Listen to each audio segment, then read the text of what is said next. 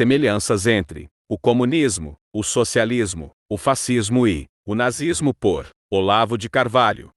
O pessoal que não entende, nunca estudou o assunto, acha que é o seguinte: o comunismo, o sujeito toma o poder e diz, agora é o comunismo, turma, agora toda a propriedade é estatal. Isso só na cabeça de jumento. Karl Marx dizia que a propriedade tem de ser estatizada progressivamente, lentamente, através da taxação progressiva. Aumentar imposto, aumentar imposto, aumentar imposto, e isso vai estrangulando os caras e transformando os empresários cada vez mais em escravos do governo. Que é um processo que o nazismo fez igual, colocar o empresariado de joelhos. Só que o nazismo queria parar aí. Vamos dizer, o nazismo se contentava com o socialismo. E os comunistas não, tem que prosseguir até acabar o último. Nós temos que tomar tudo, depenar os caras até o fim. Daí fica tudo nosso. Ou seja, o socialismo ainda admite uma divisão, um acordo entre poder político e poder econômico. No comunismo, o poder econômico é totalmente absorvido no poder político. Esta é a diferença. Então, dizer, o nazismo era socialista, mas não era comunista. Ou seja, ele não pretendia chegar a uma estatização completa. O comunismo diz que pretende chegar, mas não pretende chegar. A estatização completa é uma cenoura de burro. Ela é impossível. O von Mises já demonstrou isso aí em 1920, no livro Socialismo, Análise Econômico-Sociológica. O raciocínio dele é muito simples. Se não existe mercado, as coisas não têm preço. Se não tem preço, não tem cálculo de preço. Se não tem cálculo de preço, não tem planejamento econômico, portanto não tem socialismo nenhum. Então, o socialismo só é possível se você conservar uma área residual de capitalismo bem grande, como na própria União Soviética se conservou. Hoje sabe-se que 50% da economia soviética, ainda sob o próprio Stalin, era economia privada, clandestina, mas que o governo tolerava. Tanto é que quando caiu o regime, tinha lá vários bilionários. Pois é, de onde surgiram os bilionários? Então, eles já estavam todos lá, ganhando muito dinheiro.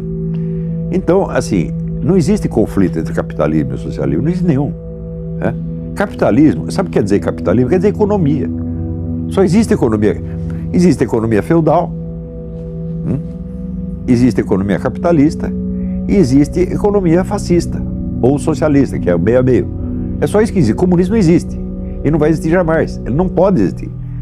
Não só porque é materialmente impossível, mas porque se a Revolução Comunista alcança os seus objetivos, alcança o seu poder total e diz, agora estamos na plenitude do comunismo, então eles não têm mais esse futuro em nome do qual eles podem exercer a sua autoridade no projeto. Eles não representam mais o futuro, eles representam apenas o governo presente, então eles viraram telhado de vidro. Então o que é? O comunismo é para ser empurrado com a barriga ad eternum. Tá certo? Tudo isso é um engodo monstruoso, né? E é uma coisa que você não precisava esperar a experiência de um século para saber que é assim. No próprio conceito do comunismo, o conceito abstrato do comunismo, tal como Karl Marx o define, você já vê essa contradição ali desde o início. Então, quando você tem um plano contraditório, então é o seguinte, você está dizendo que vai fazer uma coisa, mas você vai fazer outra. Você não vai fazer o que você está dizendo, você vai fazer um outro negócio. É impossível. É impossível. Se você promete impossível, você vai fazer algum possível. E provavelmente vai ser uma bela porcaria. Agora, você vê o seguinte, mentalidade revolucionária não é idêntica com o comunismo.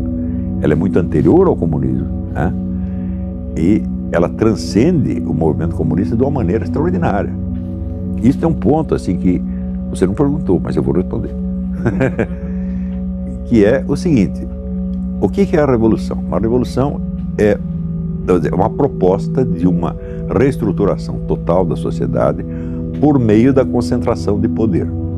Se falta um desses dois elementos, a reestruturação total da sociedade ou a concentração de poder, não é uma revolução, é um outro processo qualquer. Ora,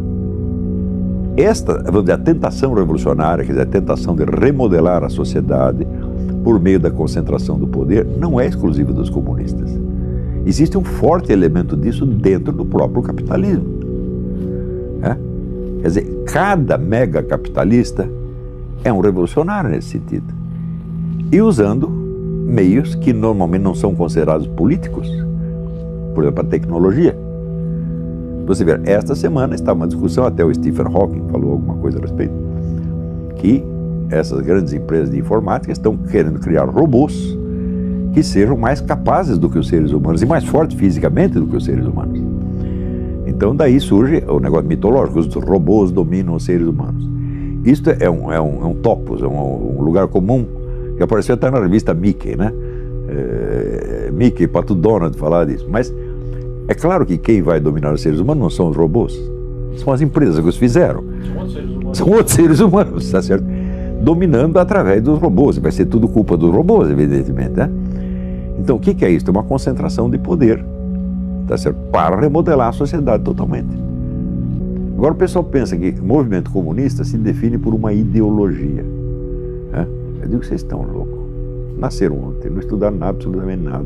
O movimento comunista já trocou de ideologia 1 bilhão de vezes, né? Se você ver, Karl Marx começa dizendo que o movimento socialista é a expressão do interesse objetivo do proletariado. Passados 100 e poucos anos, o teórico novo do movimento comunista, Ernest Laclau, diz o seguinte: a propaganda do partido cria a classe social que ele em seguida vai representar. Eu digo, é teoria inversa, mas ela continua com o mesmo nome, continua sendo o marxismo. Isto é próprio do pensamento dialético, converter-se no seu contrário quantas vezes for necessário. Então, quando você estuda a história, você vê que o comunismo não é uma ideologia de maneira alguma. O comunismo é uma cultura, né? E os laços que prendem o sujeito a uma cultura não são laços intelectuais de uma doutrina a que ele adere, né? São laços de familiaridade, de lealdade pessoal, laços simbólicos, afeições, gestos rituais, emocionais, etc, etc. É por isso que você não pode convencer um comunista. É a mesma coisa, eu vou pegar um índio do Xingu e convencer ele a ser, sei lá, um aborígene australiano. Você não vai conseguir, né? Eu vou pegar o japonês e convencer ele que ele é um italiano. Não dá para fazer isso, né? Quer dizer, você mudar de cultura é tão difícil quanto você mudar de planeta, tá entendendo? Então é uma metanoia, um processo muito profundo. Eu vivi isso, pô. Agora, eu tive a vantagem seguinte: eu não fui criado no meio comunista. Eu não sou que eles chamam aqui, eles chamam de red diaper, né? A fralda vermelha. O nego já foi criado no meio comunista. Eu tinha amigos que eram assim, amigos que eram de famílias comunistas tradicionais, né? Mas eu não era, né? Eu vinha de uma família católica e entrei no meio comunista já um pouco tarde. Então a adesão não foi tão profunda assim. Mas mesmo assim, eu vejo que o comprometimento da minha alma e da minha psique nisso foi sério. Eu levei 20 anos para me livrar disso. Basicamente, a coisa é essa: a União Soviética foi um órgão do movimento comunista e não o movimento comunista. Por que os caras estudavam assim? É muito simples. Quem estudava isso? Os sovietólogos eram funcionários do governo americano. Eles não eram funcionários de um partido, né? De um movimento internacional, como os comunistas. Então, eles olhavam tudo do ponto de vista do conflito entre estados. Não é isso? Então, tem o Morgenthau, na época, a teoria do Morgenthau é a seguinte: os agentes fundamentais da política internacional são estados. Não são. O movimento comunista é muito maior do que um estado. O estado está contido? Está contido dentro do movimento, evidentemente. Olha, eu recomendo para você uma peça de teatro. Chama-se Processo e Morte de Stalin, escrito pelo grande romancista italiano Eugenio Corti. Então é o seguinte: os amigos, os colaboradores mais próximos de Stalin, os veteranos do partido, vão um dia até a casa de campo do Stalin com a decisão de matá-lo. Para não aguentar mais esse cara, ele está matando todos os nossos amigos, vamos dar um jeito nele. E eles chegam lá, eles prendem os guarda-costas do Stalin, encostam o Stalin na parede: agora nós vamos acabar com você. O Stalin diz: companheiro da doença, você pode matar, mas primeiro vocês vão deixar eu me explicar, vocês vão me interrogar, eu vou responder, fazer um processo. Eles topam.